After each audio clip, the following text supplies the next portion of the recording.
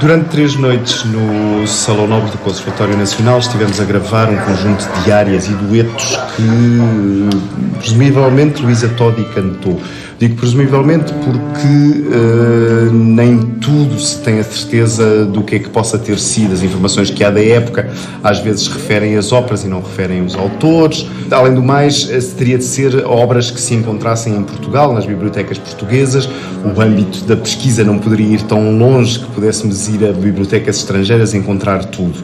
A pesquisa começou basicamente por tentar fazer uma lista das obras que Todi cantou, de que nós temos a certeza que ela cantou, e procurar que partituras existiam nas bibliotecas, nomeadamente a Biblioteca da Ajuda e a Biblioteca Nacional.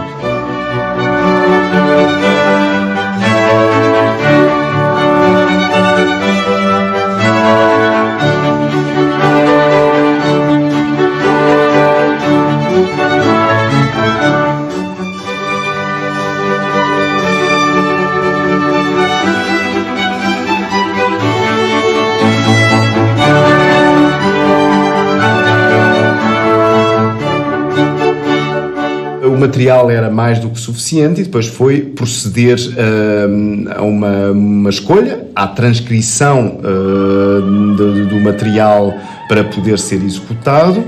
Sempre ouvi dizer que Luísa Todi era um contralto português. E a primeira coisa que me espantou ao encontrar as obras que ela terá cantado foi que de todo não era um contralto. Por muito grande que fosse a extensão da sua voz, como indicam as partituras, de todo não poderia ser um contralto. Nós hoje diríamos que era um soprano, isso que é um soprano até de bravura, e de onde é que será que vem esta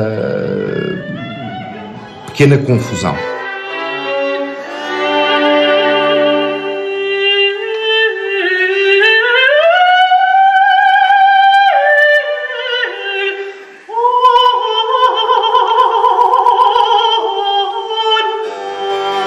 Nossa mania de catalogar, que é uma mania mais recente na altura, de certeza que era um soprano, era a cantora, não íamos mais longe do que isso. A nossa mania recente de catalogar nos levou a falar de contralto e sobretudo porque há muitas descrições da sua voz escura, do seu timbre de contralto.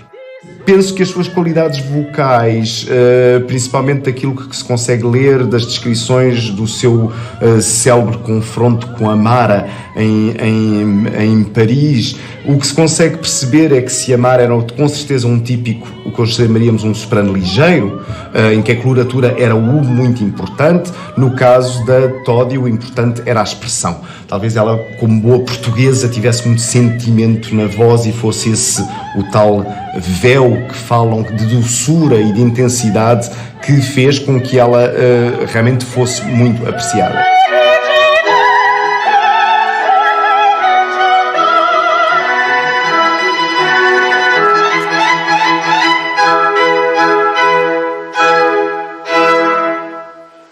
Há cerca de 2 anos, mais ou menos, o meu caro amigo Rui Esteves veio ter comigo e desafiou-me mais uma vez para um projeto que era precisamente este, de fazer música, pesquisa e a música para um documentário sobre a Luísa Todi.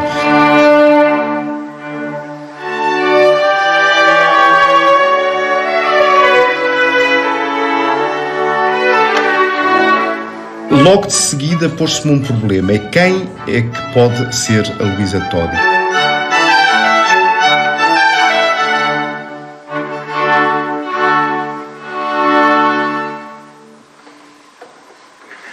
Pedi 3 vozes semelhantes, 3 sopranos, qualquer das três com capacidades de poder fazer a coloratura e o lado expressivo, digamos, que pertencia à Todi, mas que evitava assim que se dissesse há uma identificação exata com este tipo de voz, porque podemos nós saber efetivamente de uma voz, a não ser por descrições que nos dão pequenas indicações, mas que não nos acabam por dizer nada, e portanto acabou por ser dividido por três sopranos.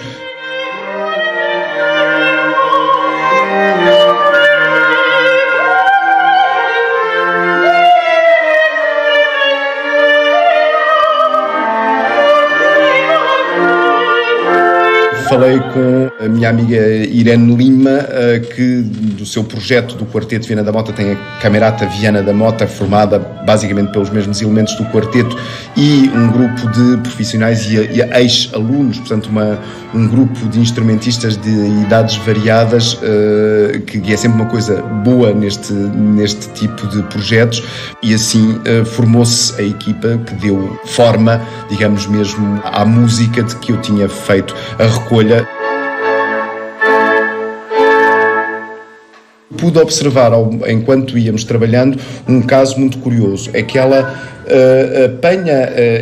Luísa Todi, a sua carreira apanha uma época que ainda vai de um barroco muito pronunciado, mas francamente pronunciado, a um classicismo. Eu poderia dizer que há uma mudança de linguagem entre as primeiras óperas que ela interpretou, digamos as óperas, pelo menos do seu mestre Pérez, entre isso e a linguagem, por exemplo, de um Leal Moreira. Há uma grande distância, e estou a citar dois compositores portugueses, ou pelo menos que viveram em Portugal, como o Pérez, que teve cá a sua carreira praticamente toda.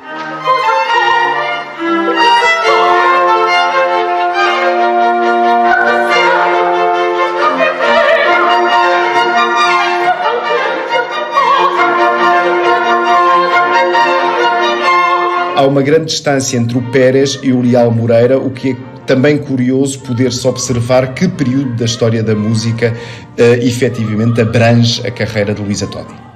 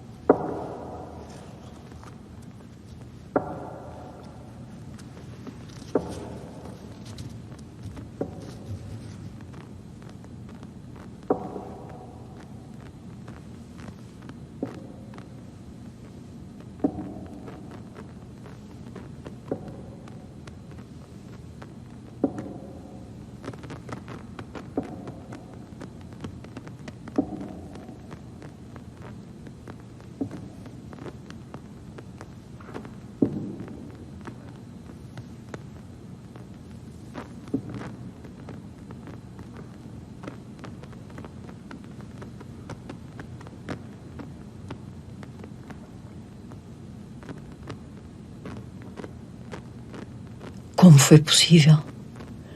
Como foi possível tamanha injustiça e ingratidão dos homens e tão impiedoso abandono da vossa parte? Dizei-me, meu Deus, suplico-vos, como foi possível a afronta de não ver transladado o pó dos meus ossos para um digno lugar de culto? Sobre a laje da minha sepultura, fizeram construir um prédio colado às paredes desta igreja, com grande desrespeito pelos túmulos que no antigo cemitério jaziam. Morri no mais completo olvido, mas não ver honrados os meus restos mortais foi o maior dos ultrajes. A pátria, bem sei, nunca se dignou celebrar o meu canto, o canto que levou as cortes mais ilustres da Europa a reconhecerem-me como a voz do século, e levando o nome de Portugal aos cumes da fama. Tive de regressar, Senhor.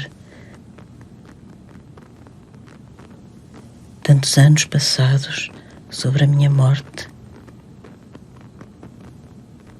para vos confessar a mágoa que me revolve as cinzas e me rouba a paz do eterno descanso.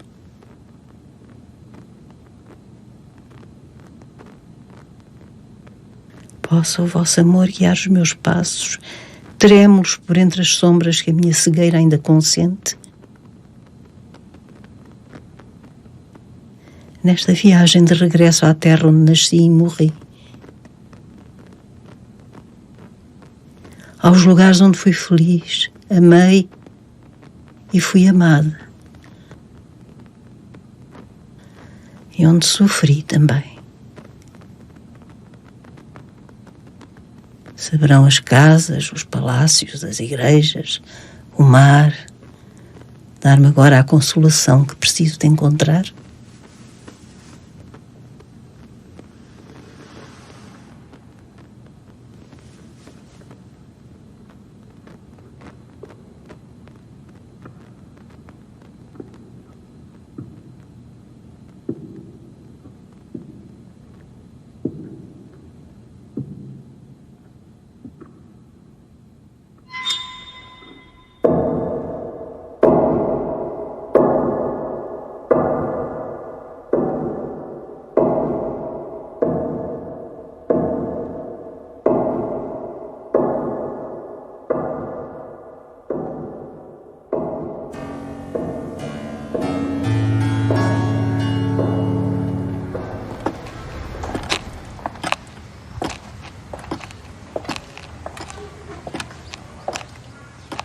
Eis-me chegada a Setúbal. Como tudo isto, como estas casas estão mudadas.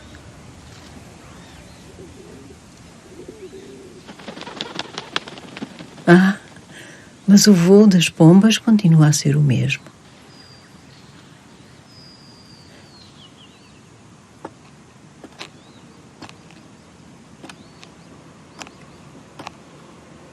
Já nada reconheço aqui.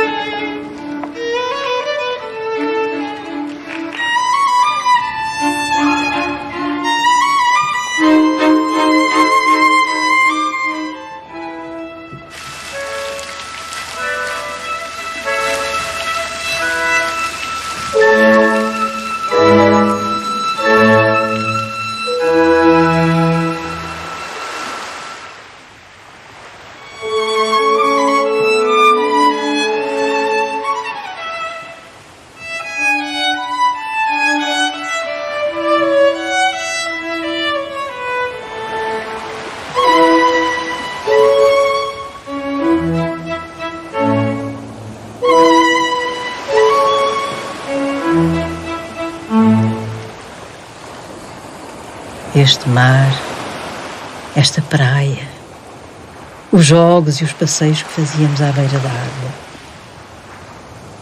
Aqui nada mudou. O mar é o mesmo manto líquido que tantas vezes me levou até diferentes portos do mundo.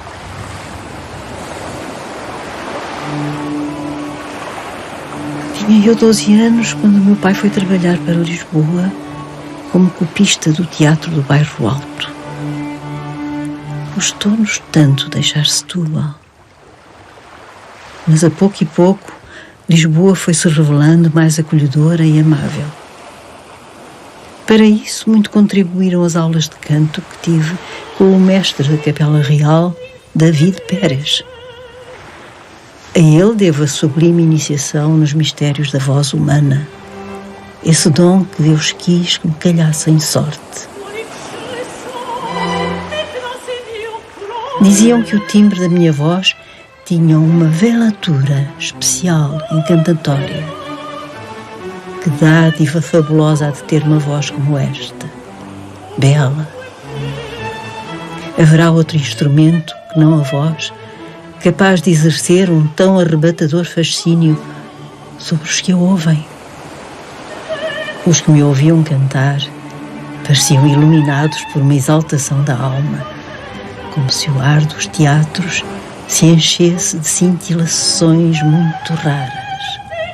Mas lembro-me também de como tremia nas récitas, ao ver as expressões de inebriamento dos espectadores, temendo eu que a voz um dia me fugisse, como estes grãos de areia entre os meus dedos. Dom divino este. Meu Deus, terei eu sabido em vida dar-vos as justas graças? Estreiei-me aos 15 anos no Teatro do Bairro Alto, onde Francesco Xaviero Todi era primeiro violino. Casámos na Igreja das Mercês, 2 anos depois. Corria o ano de 1769. Francesco, o meu marido, com a sua sólida formação musical, aconselhou-me e amparou-me sempre, até ao fim dos seus dias. Amou-me e amou o meu canto, sem um único desfalecimento. Guardo os seus desvelos como se ainda o tivesse a meu lado. Guardo-o vivo dentro de mim.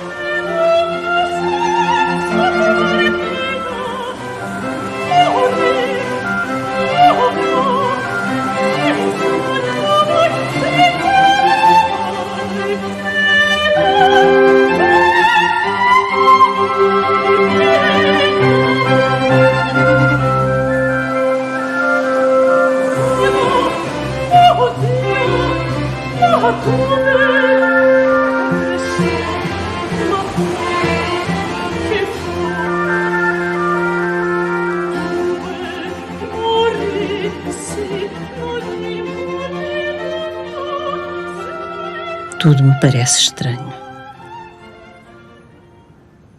Como no terremoto de 1755, que muito abalou Setúbal. Foi um horror.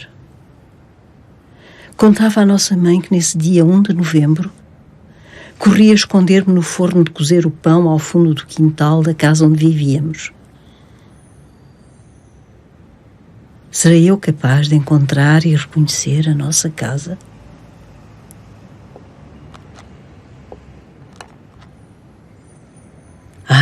Julgo ver ali a Igreja da Anunciada.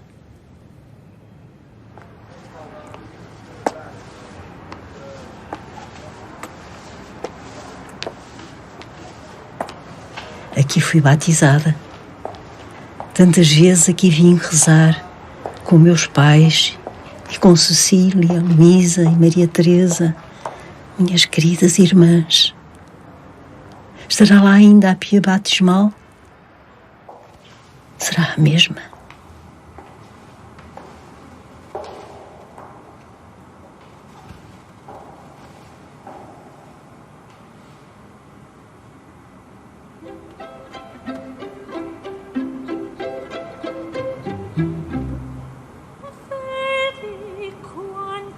Sinto um a um os sulcos da pedra fria que os meus dedos acariciam. São como etapas da minha longa vida. O nascimento dos nossos 5 filhos. O primeiro contrato para cantar no estrangeiro. O gosto pelos aplausos. A curiosidade pelas críticas. A rivalidade entre mim e a cantora Mara. As intrigas políticas. Os meus famosos concerts spirituels nas Tulharias. Veneza e os primeiros sinais da minha cegueira, as constantes viagens às mais importantes capitais europeias, de Madrid a Potsdam até São Petersburgo. Os 5 anos passados em São Petersburgo, na corte imperial de Catarina II, onde ressoavam ainda ecos da passagem de um outro português, o ilustríssimo Ribeiro Sanches.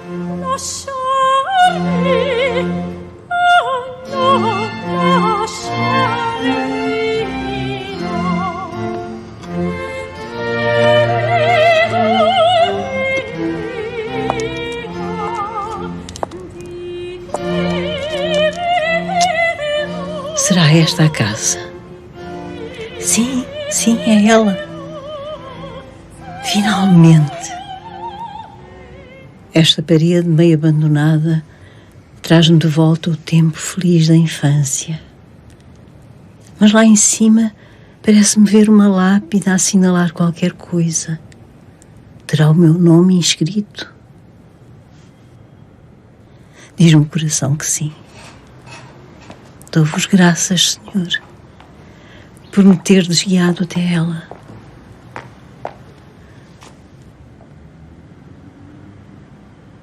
Poder voltar a tocar esta porta, a sentir o cheiro e a voz da nossa morada, da casa sagrada onde nasci. Era inverno, os primeiros dias de janeiro do longínquo ano de 1753. Recordar o amor dos pais, da família, do lar onde a música era companheira de todos os dias. Habitava a casa como todos nós. Que ouço eu? Parecem-me acordes de cravo e vocalizos. Voltam aos meus ouvidos os exercícios que todos os dias nós, as meninas da casa, repetíamos com imensa alegria. Foi aqui que comecei a cantar com as minhas irmãs. Gostávamos tanto de cantar, especialmente eu e Cecília Rosa. Também ela teve uma carreira de cantora. Foi daqui que a grande viagem da minha voz me levou até ao delírio dos teatros e das cortes, até esse indizível rubro dos aplausos.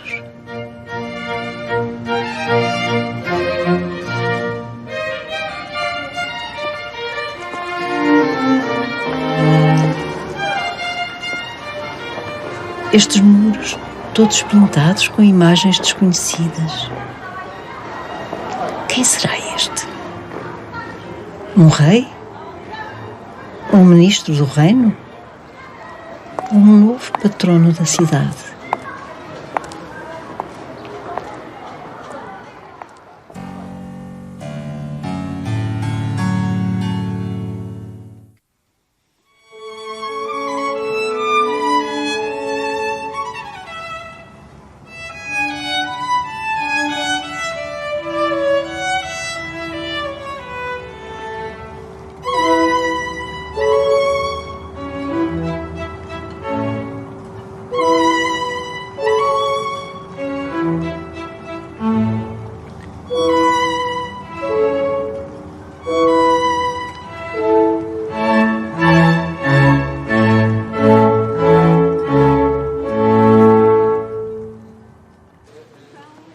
Tantos foram os anos passados no estrangeiro, longe de Lisboa, onde agora estou. Apesar de serem anos de gloriosa fama, nunca esbateram em mim as saudades da pátria. Foi com emoção que, finalmente, num dia do ano de 1793, me chegou às mãos um convite para cantar no meu país. Vinha assinado por Pina Manique, intendente-geral do reino. O programa das celebrações do nascimento e batizado da Sereníssima Princesa da Beira, filha do futuro rei Dom João VI, exigiu a minha presença, a presença da mais admirável voz portuguesa. Em minha honra, foi aberta uma exceção ao édito decretado por Dona Maria I, que bania as vozes femininas dos palcos portugueses. Dei o primeiro concerto nas festas da Real Casa Pia, no Castelo de São Jorge. Passou despercebido. Nem a família real se dignou comparecer. Pouco mais de um mês depois desse concerto, inaugurava-se o Teatro de São Carlos. O que eu gostaria de poder ter cantado em tão belo teatro. O gosto musical da época privilegiava a voz dos castrati, vulgarmente conhecidos por galos capados. Também me dei conta de como o prestígio do meu nome incendiava invejas. Mas foi Pina Manique quem desta vez não me consentiu pisar o palco de São Carlos. As suspeitas sobre os meus ideais políticos, tidos como voltairianos e napoleónicos, fizeram de mim uma perigosa estrangeirada persona não grata.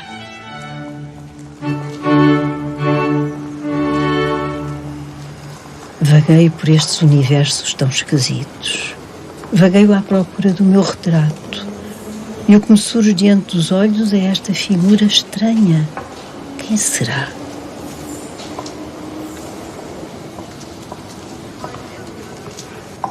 Os meus passos atraíram-me até esta casa. Sinto aqui uma vibração familiar. As causadoras devem ser estas vitrines com instrumentos de música que falam a linguagem que sempre conheci. E aqueles quadros além reforçam o meu bem-estar dentro destas paredes. São retratos em que reconheço Bach, Mozart, mas falta o meu querido Beethoven. Lembro-me de como nos conhecemos. Beethoven era um jovem pianista, mas já muito promissor, quando em 1790 atuou em Bona, num concerto dado em minha honra. E o meu retrato, aquele que procuro entre tudo mais. Ah, o meu retrato, é aquele, está ali. Como eu era nova e bela. Foi num tempo de imensa felicidade que Madame Vigée-Lebrun, talentosa retratista de Maria Antonieta, captou no meu rosto os sinais do prestígio que a minha presença em cena e o encantamento da minha voz produziam em quem me ouvia. A coroa de louros atesta a boa fama do meu nome, mas rivaliza com o brilho das joias que me foram oferecidas pelos grandes das cortes europeias. Uma vez em São Petersburgo, cantei para Catarina II a morte da rainha Dido, do compositor Saarti. A imperatriz ficou tão emocionada que no fim do concerto se ergueu da cadeira e, aproximando-se de mim, tirou da cabeça o esplendoroso diadema e deu-me, dizendo: cantais e morreis como uma verdadeira rainha. Sois vós que mereceis esta coroa.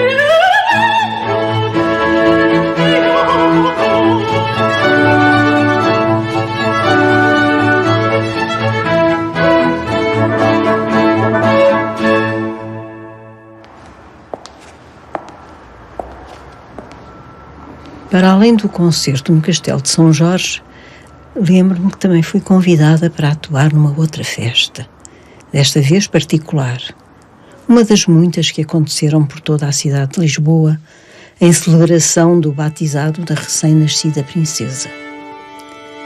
Desta vez foi o grande capitalista Anselmo da Cruz Sobral quem tudo organizou, contando especialmente com a minha presença. Mas a crítica do dia seguinte não deu de novo destaque à minha interpretação. Limitou-se às habituais menções de qualquer crónica social. Quem estava presente na assistência, o luxo das toaletes, a primorosa qualidade da ceia.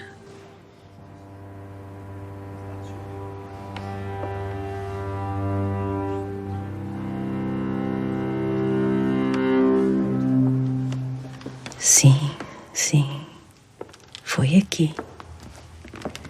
Reconheço o salão onde cantei.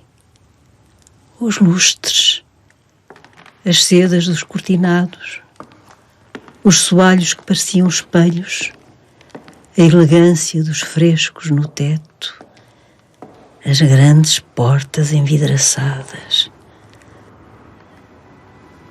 Tudo brilhava nessa noite.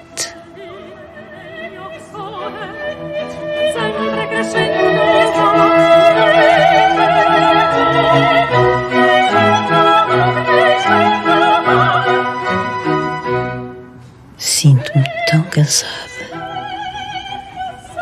O que terei eu cantado nessa festa? Não sei. Não consigo lembrar-me. Não consigo. Estou exausta. Sinto-me desfalecer. Já me lembro. Foi Il Natale Augusto. Drama alegórico escrito especialmente para a minha voz, pelo compositor António Leal Moreira. Havia um dueto particularmente bonito que me vem agora à memória.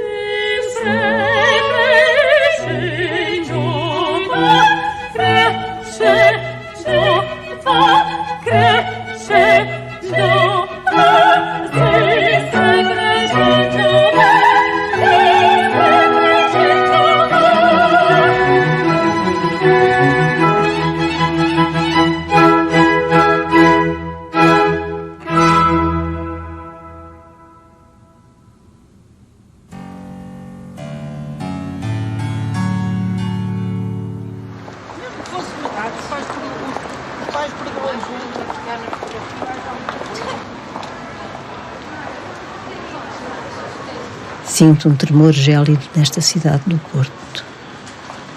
Aqui morreu Francesco, meu adorado companheiro de todas as horas. Dou-me agora conta que não tenho posto o véu preto com que me cobri para sempre de luto por ele. Que aflição! Onde terá caído? Provavelmente na igreja de Lisboa, frente ao altar onde confessei as minhas dores a Deus Nosso Senhor. Não posso regressar ao mundo dos mortos sem o véu? Que aflição, meu Deus! Vim ao Porto para olhar o Rio Douro de frente e recordar aquele dia funesto do naufrágio da Ponte das Barcas. Tudo aconteceu no terrível ano de 1809. Francesco havia morrido há 6 anos. Deixou-nos no mesmo ano em que subi ao palco do Teatro São João para cantar pela última vez. A minha carreira internacional terminara há já muito tempo. Sentia-me tão só, tão amargurada com a subsistência e a educação dos nossos filhos, tão assustada com a violência que os soldados franceses, pela segunda vez invasores do nosso reino, praticavam por todo o lado na cidade, sob o comando do temível general Soult.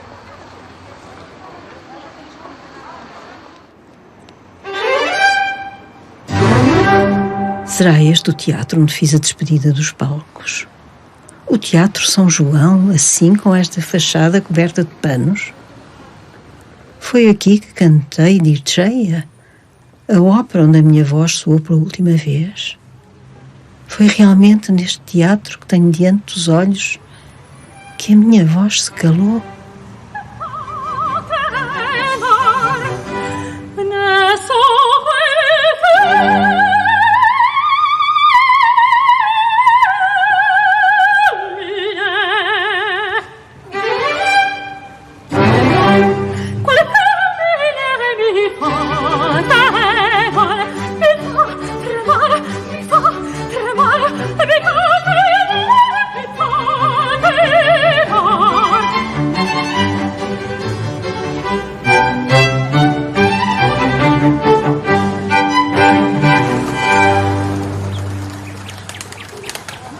Vou pedir que me indiquem o melhor caminho para chegar ao rio.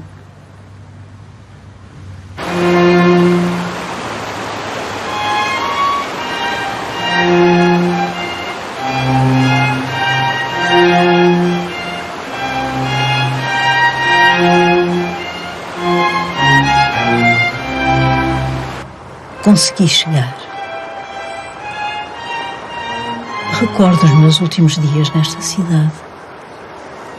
Arrepio-me só de pensar naquele tempo de angústia e medo. A vida dos habitantes do Porto era então dominada pelo terror. Denúncias, suspeitas, perseguições, saques, prisões, mortes faziam o ar do tempo daqueles tempos. Considerei meu dever principal o de tentar, por qualquer meio, salvaguardar a vida dos nossos filhos. Juntei ao pequeno cofre onde guardava as minhas joias alguns bens e tomei a decisão de partir à pressa para Lisboa. Nunca poderei esquecer aquele terrível dia de 29 de março de 1809. Abateu-se sobre a cidade uma impiedosa tormenta, convertendo o Douro num inferno encapelado de fúria, só comparável à fúria desumana com que as tropas francesas investiam sobre os habitantes indefesos. Muitos foram os que, como eu, tentaram desesperadamente passar para a outra margem e assim escapar às sucessivas cargas do exército invasor. Contratei um barqueiro experiente para atravessar o rio e, na hora aprazada, aproximei-me da Ponte das Barcas. O nosso pequeno barco esperava-nos atracado à margem. Presenciámos uma cena aterradora. Gritos lancinantes cortavam o ar da manhã. Um tropel de gente desesperada a avançar a sem tino sobre a ponte flutuante que cedeu ao peso desmesurado dos que procuravam salvação. A cólera das águas do Douro não poupou viva alma, transformando o rio num implacável cemitério líquido. Mas sob aquele céu de chumbo, a nossa barca fez-se à travessia. Vimos muitos caírem às revoltosas águas e morrerem diante dos nossos olhos, até que foi a vez da nossa barca não resistir e virar-se. Caí às águas e fui salva pela força generosa e experiente dos braços do barqueiro. Salvei-me, mas não consegui salvar o cofre das joias que mantinha preso nas minhas mãos.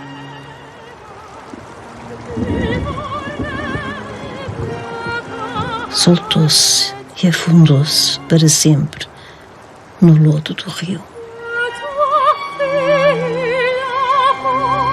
Por milagre do Pai do Céu não perecemos, mas perdidas as joias, espólio da minha glória, o desolador espectro da pobreza ameaçava agora o nosso futuro.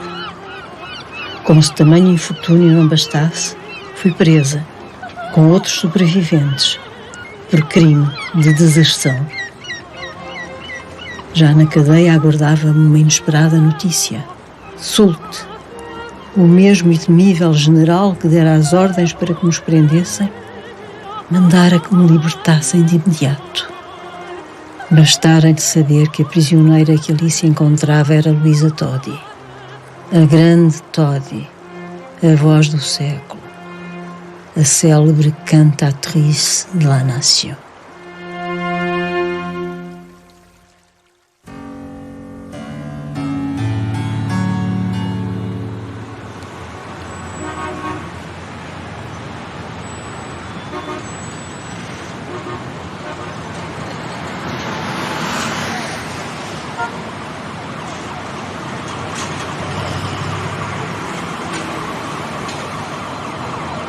Foi em Lisboa, onde de novo me encontro, que vivi os últimos 30 anos da minha vida. Retirada dos palcos, cega e pobre, consolava-me saber que os maiores teóricos da música continuavam a escrever sobre os prodígios da minha voz e a singularidade das minhas interpretações. Lisboa, a cidade está tão diferente, tão cheia de estranhezas, com gente sempre tão apressada. Parecem caminhar sem destino, sem olhar para onde. Por todo lado, a mesma intolerável e enervante confusão, vinda de uma compacta teia humana, diversa e ruidosa, confundindo-se com a cidade no seu bulício assustador.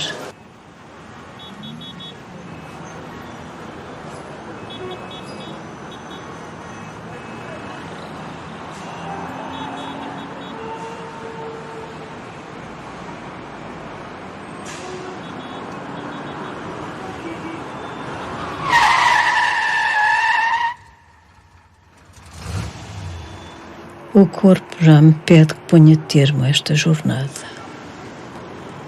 Mas devo ainda prosseguir. Falta-me cumprir uma última visita. Preciso de encontrar o Teatro do Bairro Alto. Essa casa onde Cecília Rosa e eu nos estreámos em palco. Vagueio e procuro, rua a rua, prédio a prédio. Nada se parece com o teatro, nada. Estranho agora a direção dos meus passos. Quiseram guiar-me até à rua onde vivi. E esta placa a dar-lhe o meu nome. Afinal, sempre houve alguém que não me esqueceu, prestando-me assim as honras da cidade. Foi daqui que o meu corpo saiu, acompanhado só pelos mais fiéis, os únicos que me visitavam. E a casa? Talvez fosse aquela ali. Já não distingo, já não a reconheço. Terá sido demolida.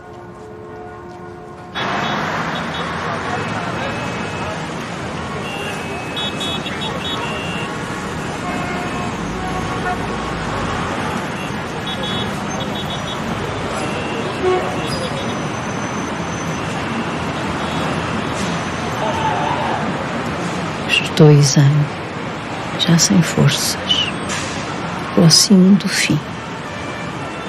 Esse só acontecerá na igreja, onde o véu preto repousa e me aguarda. Tempo agora de recordar as estações desta minha viagem de peregrinação. Sim, foi isso. Voltei como uma peregrina. A promessa está cumprida.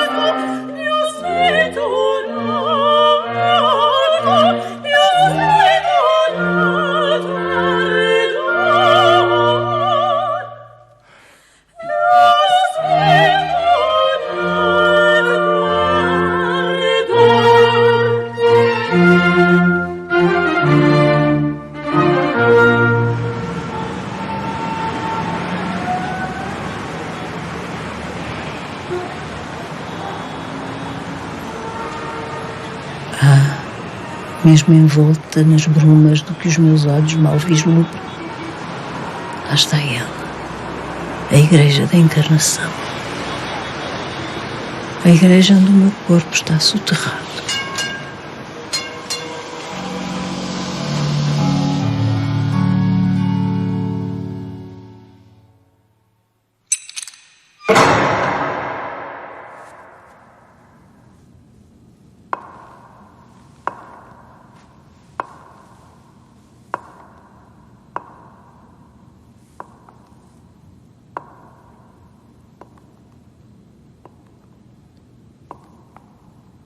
Desfiadas as muitas recordações de alegrias e mágoas, chegou a hora, meu Deus, de partir de vez, sem desejo de regresso.